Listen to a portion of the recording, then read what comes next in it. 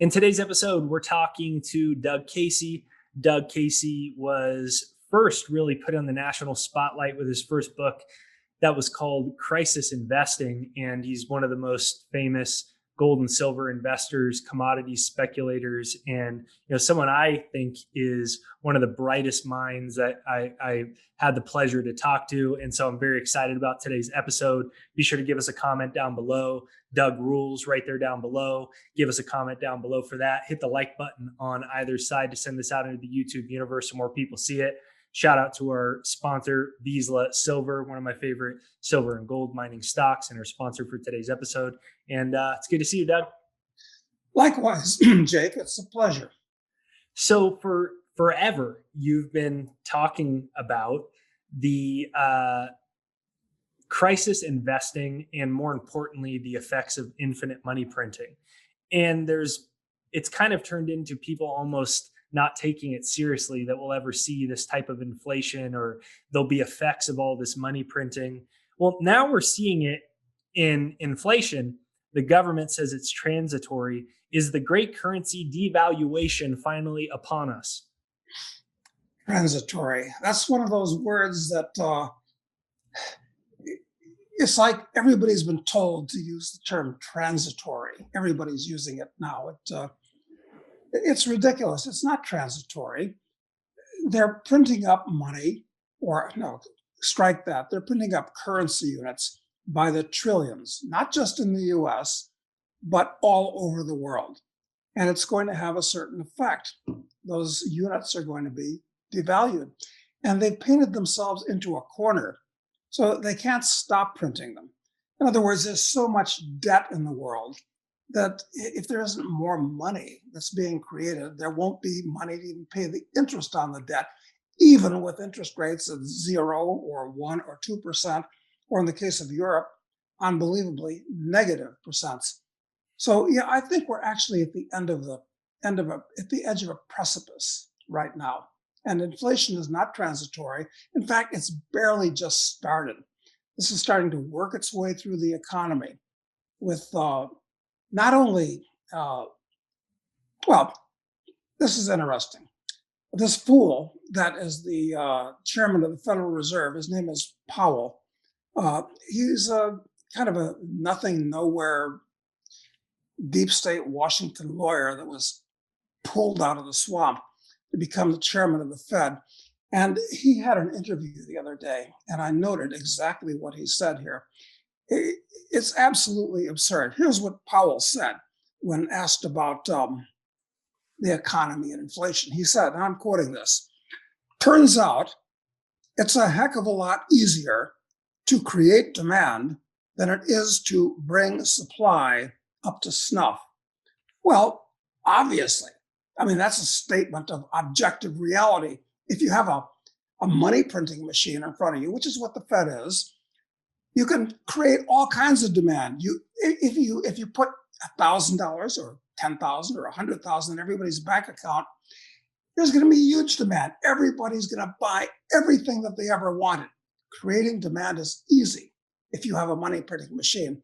But he says, as if he's making a cosmic breakthrough, which shows what an idiot he is, but it's harder to bring supply up to demand. Well, why might that be, Jerome?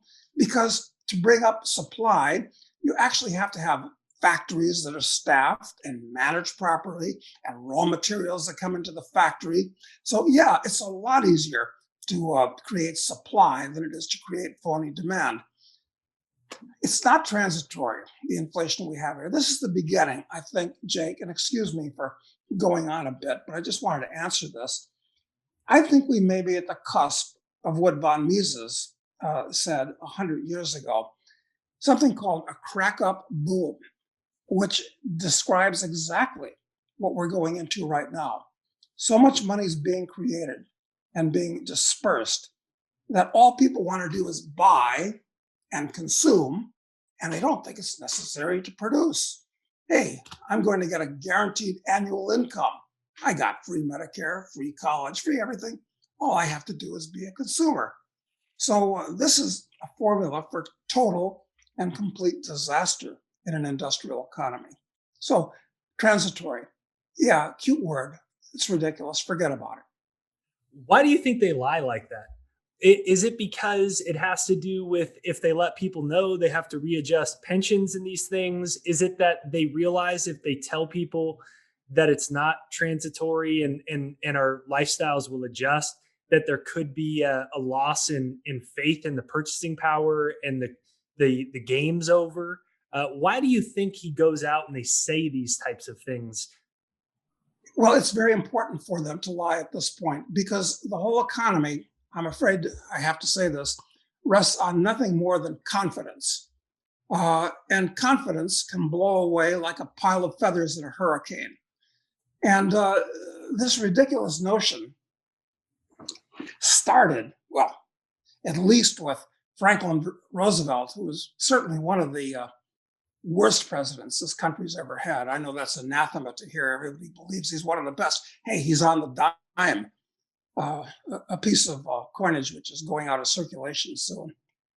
But anyway, Roosevelt, you'll recall, said, "We have nothing to fear but fear itself." Well, when a giant dragon is at your door about to blow your house down, you got a lot more to fear than fear itself. So, yeah, we're headed into some very, very tough times. So then do you buy what they're saying when they say that, maybe one day, sometime, someplace, somewhere, someday, something, someplace, somewhere, might time, eventually one day raise interest rates? When they're, Yellen has talked about that, a lot they've brought out a lot of the Federal Reserve creatures to, off the cusp suggest that. Do you buy that? Uh, Look, the entire monetary system has been, financial system, everything has been totally distorted by over a decade of ultra low artificial interest rates. Um, Interest, the price of money, is actually the most important price in all of the economy. It determines how much people save, determines how much people borrow. At this point, it determines when the US government goes bankrupt. Right now, the US government has an acknowledged debt, I'm talking about official, of $30 trillion. Its unacknowledged debt is more like 150 trillion. We're talking about contingent liabilities and insurance programs that they have to make good on, and Social Security, which is totally unfunded, Medicare, which is totally unfunded. Anyway, let's forget about that 150 trillion of obligations the US government has. It's totally and absolutely bankrupt based upon the 30 trillion, which is the national debt. Now, how is that 30 trillion funded? Uh, T bills, T bonds, T notes. The average interest rate they're paying right now is something like 1.5%, 2%, depending on the maturities. Um, what happens if interest rates go from, and the interest on the national debt is about $600 billion per year right now, which is about 20% of the national budget. Okay, rough numbers, pulling them off the top of my head, but close enough. What happens if interest rates go from this artificially suppressed level of 2% back up to normal historic levels of, let's say, 6%? The government's interest bill will go up to 1.8 trillion per year. If interest goes back up in lockstep with inflation, which is going to, in my opinion, 10 to 20% within the next couple of years, interest rates will follow it. It's out of control. The game's over at that point. So, of course, they have to lie about these things. They don't want to panic the public. Panic is going to come on its own with no forewarning because people don't understand economics, and they haven't been given correct or adequate information by the powers that be, who for some reason people still trust. So, yeah, it's very, very serious. We're just Yes. we're just in the we're just in the lull, the calm before the storm. The way I've described this in the past, an analogy I like to use is we entered a gigantic financial hurricane with the housing crisis of 2008. Uh, that was the leading edge of the storm. And for the last 10 years, more or less, we've been in the eye of the hurricane. But now we're entering the trailing edge of the hurricane. And it's going to be much more serious, longer lasting, uglier, and different than what we saw in 2008, or for that matter, in the unpleasantness of 1929 to 1946. Okay, so first, while you were talking, I was thinking, people freaked out so much that you couldn't even get toilet paper for, a we'll leave out some of the details for the YouTube censors, but they panicked people enough that they went and hoarded toilet paper. I just wonder, what will people do when they realize the entire financial system is literally the greatest fraud maybe in the history of humankind, and they realize that the currency is a joke. And so that'll be interesting to see. So then why? Here's something I've always wondered, right? So you said this will be greater than the previous times. I'm assuming that the reason you say that is because the magnitude of the debt, the number of people there are in the world, the amount of currency in circulation, the supply chain disruptions, the debt's bigger than ever. I'm imagining that's why you're in it, and they can't move rates lower. First of all, I guess just a quicker yes or no. Is that why you say that it's greater than ever, or will be worse than ever? That's a very good two-sentence summary of it, Jake. You're quite correct. The indebtedness is just one element of it. And if you can't pay your debt, then the person that you owe the money to probably can't pay his debt. And it's a daisy chain. Yeah.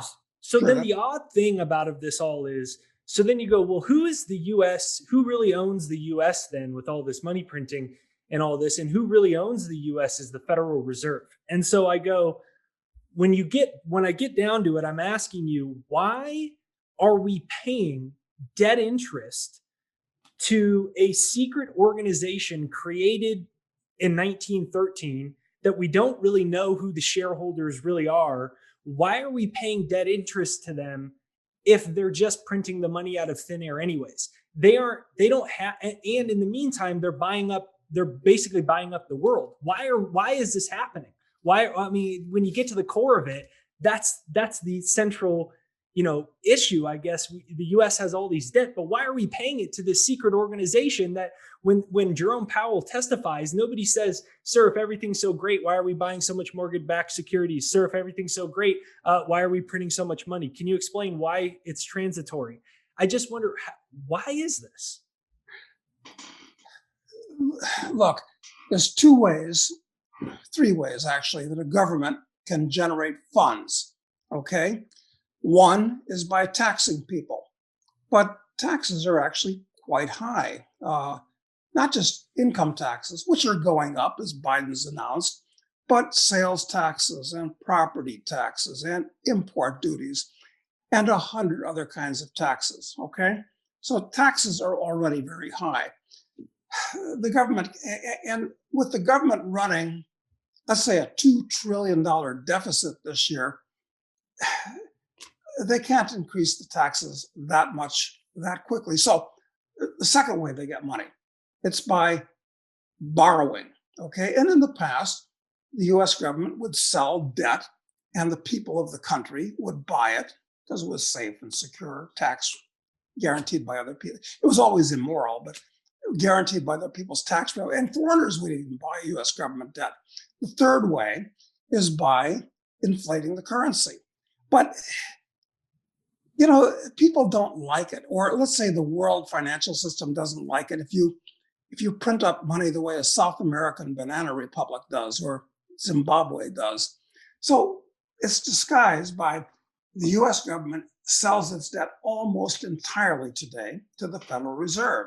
Now, how does that work mechanically? The Fed buys the central bank, which prints up Federal Reserve notes and controls the banking system. It buys the US government's debt. and deposits Federal Reserve notes in commercial banks, Citibank or whatever, uh, in the U.S. government's account. That's the way the process of inflation actually works. There's more to it than that, to do with the fractional reserve system of the banks, where if $1 is deposited in a bank, they can actually lend $9 more. But let's not talk about that at the moment. There's a new theory. It's not a new theory. It's an old and stupid theory that's been given a new name to make it sound better, called modern monetary theory. And basically it says this, that the government should control everything, should print money and spend money wherever it thinks is important, which is to say, wherever the people that are in the government thinks is important. Build a road, build a ridge, build a bomber, build a giant welfare program to pass out money to everybody. Just print the money up and give it to these things. And taxes at that point, under modern monetary theory, are not the main source of income for a government anymore, which has historically been the case. They're just a way to socially engineer the society by extracting tax money from different areas when they think there's too much money, take it away from people that have it. It's a crazy theory, but this is where we are right now. So where am I going with this? We're headed towards a runaway inflation. And we're worse than that. Well, a part and parcel of that is we're headed towards a time where the US government, directly and indirectly, controls almost everything. It's happening right before our very eyes. Yeah, what I wonder is was the Federal Reserve in its creation, we know a little bit about the book that was written on about Jekyll Hyde and the creation of it. Did they create this knowing this would happen? Because essentially what ends up is they own the whole world, basically. Was this designed in order for this to happen? Because I look and I don't see how these individuals don't know that that's exactly what's occurring. Um, or was this done out of pure stupidity and now nobody wants to stop now because it's too late and they're hoping it'll just go on forever? Well, that's an interesting question. We ought to look at the word stupidity first.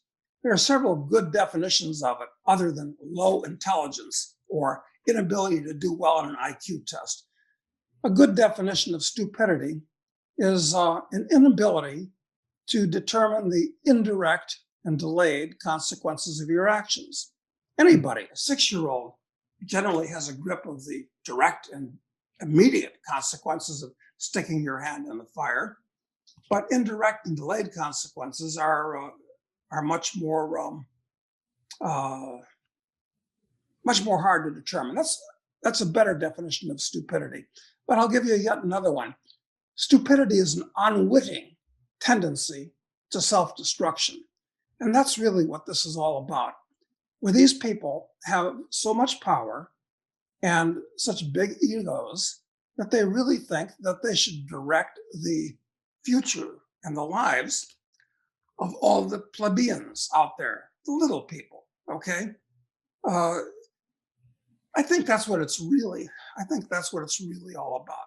There are some people, criminal personalities, that really just like to boss other people around. And where do those people go? They all go to the government. They all go to they all go to therapy. No, I'm just joking. Well, No, they don't. They should. They go into government, right? That's what they do. Government draws them the way the mafia draws hitmen, or the way Las Vegas draws gamblers, or Hollywood draws wannabe movie stars. Government draws sociopaths, busybodies that want to tell other people what to do. I think it's as simple as that. So, all of this being so, this is the kind of environment and the reason some of us, I guess I could speak for myself, this is what ultimately drew my interest to first gold and silver bullion as a way to store my value outside of the system. Once I began to look at some of these philosophies you've discussed as a way to have my savings stored outside of this system of either stupidity or at least built on lies. Now, the other phase of that is mining stocks, and that's where you become pretty legendary. You've one of the most successful and kind of famed mining stock investors. You and your good friend Rick Rule, and you've been on record saying you think that mining stocks go into a bubble. It's been some commodity stocks have done great. Some gold and silver have taken a while to get going. Do you still believe that we're going to ultimately enter a mining stock bubble? Believe it or not, Jake, and I'm shocked to say this myself, but I've been doing this for 50 years. I've been doing this since 1971, 1972, just after gold was cut loose from the dollar when it was $35 an ounce. And in that time, a lifetime, 50 years, we've had a number of gold stock bubbles. It's a teeny weeny section in the market. I mean, it's not even a rounding error to the general market in terms of value, in terms of market cap. So we've had several bubbles in that time. And those bubbles have in the past been followed by gigantic meltdowns where junior stocks go up 1,000%. As a group, they go up 10 to 1. Some go up 100 to 1. I've personally owned a stock that went up 1,000 to 1. As unbelievable as that is. And I'm not talking about over the course of a lifetime or 50 years. I'm talking about in 3 or 4 years. Okay, it'll happen again. There, you use the word invest in regard to these stocks. I wouldn't use that word. Okay. When you invest, you're putting aside money into a business to create more wealth. That's what investing is all about. It's planting a grain of corn to get an ear with 100 grains of corn on it. That's what investing is about. I think in today's world, you've got to think as a speculator. And when you put money into mining stocks, you're really acting as a speculator more than anything else. And what is a speculator? How's that different from an investor? A speculator is somebody who positions himself to capitalize on distortions in the market. And generally, these distortions are caused by state intervention in the economy. So, yeah, I'd say that right now, mining stocks are the best speculation out there that I can think of right now. Gold mining stocks, definitely. Silver mining stocks, definitely. Copper, different proposition, but yes, for somewhat different reasons. Uranium mining stocks, different proposition, but different rationale, but yes. We can go down the periodic chart of elements and build a different rationale for stocks that are exploring for or developing or mining all of these elements, which are the raw materials of civilization. But the answer to the question, I guess, is yeah, it's the best place in the world I can think of right now for money that you want to grow. And you're going to have to do this because as they destroy the currency, everybody's going to be running around like chickens with their heads cut off, trying to preserve their wealth as it's being destroyed right out from under them by the state. Which, incidentally, one of their comments. Sorry, I'm going on so long. No, this is my favorite Doug Casey interview. You got a lot more pop today than usual. I'm liking it. Okay, well, to do with all this is that I've been talking about the state a lot, but people have to understand the government is not your friend. It's not a lovable old Uncle Sam. It's a criminal organization. The government is your enemy. When you think of the government, think of yourself as a zebra or a wildebeest out on the African veldt, and think of the government as a pack of lions that are hunting you, because that's the way it breaks down. That's who they are. So I'm not a fan of the government. And incidentally, it's dangerous saying that today with the Bolsheviks in command in Washington, because if you're not a follower and you rant against the state and the people that are in it, you become an enemy of the state. And that's very dangerous in today's world with these Bolsheviks in Washington. Yeah, and I want to talk about a little bit more about that type of philosophy later as we discuss internationalization in part two. Now, I want to ask you what level earlier you discussed the macroeconomic landscape of them printing infinite money and never seemingly ever going to stop, and we're in the early stages of this continually going. And it seems like infrastructure, they're discussing, both sides are discussing infrastructure in the United States, but what I really look at is how many iterations of this, how many innings of infrastructure are going to be parlayed over the next 10 years, and the effect that that has on commodities and mining stocks. Is that another tailwind to mining stocks? Is this type of infrastructure, and they're going to replace toilets with electric charging stations, and they're gonna be everywhere and all these things. Is that an important element for you in mining stocks and why you think they'll turn into a bubble?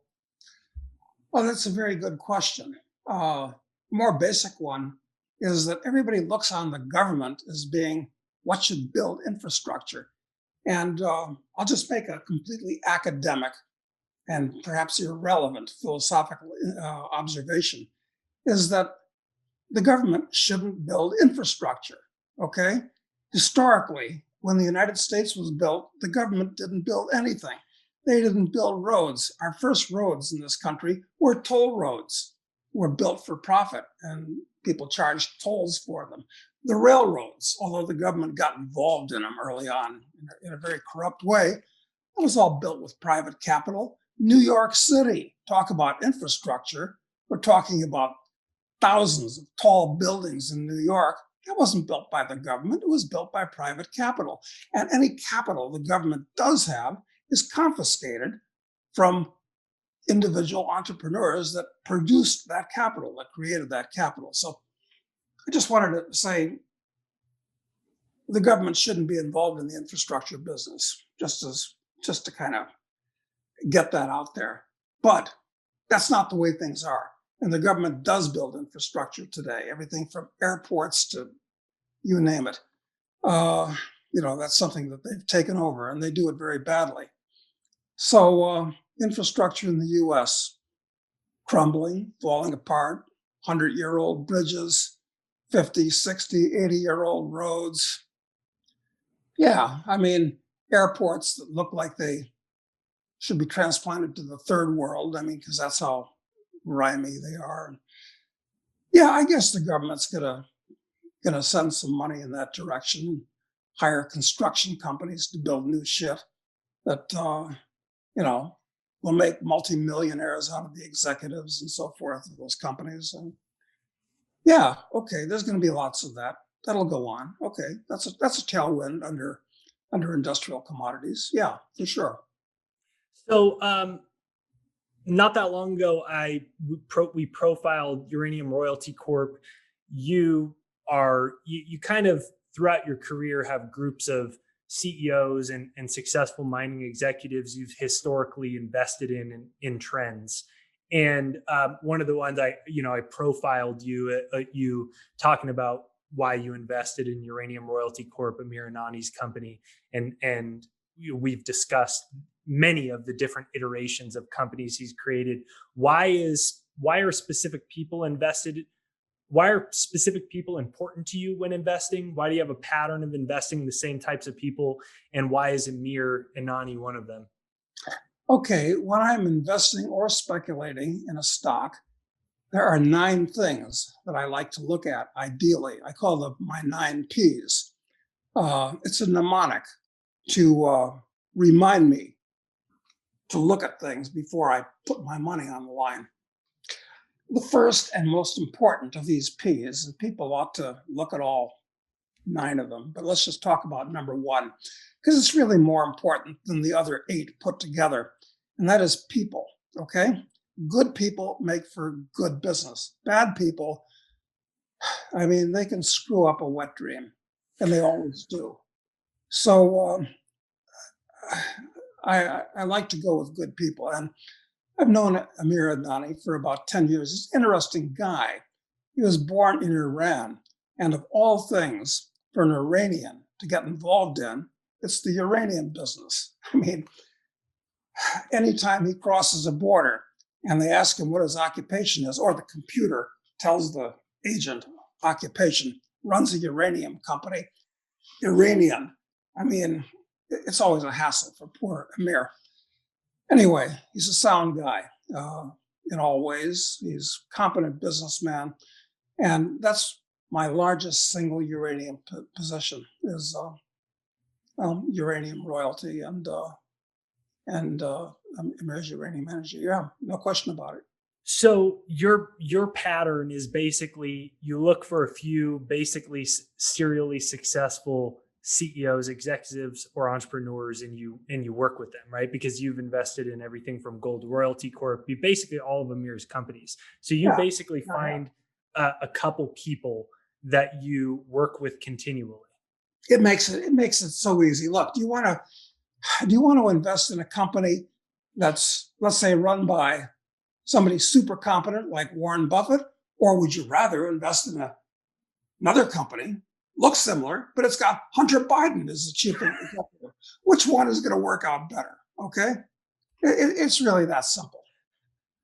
That's a pretty good analogy there. So we're going to move on to part two. We're going to be discussing internationalization, Doug's international man, and some of Doug's important philosophies for the changing tides of the world that we're entering. So make sure you hit the like button on this video to send it out into the YouTube universe. Comment down below, Doug rules, right there down below. And be sure to stick around for part two.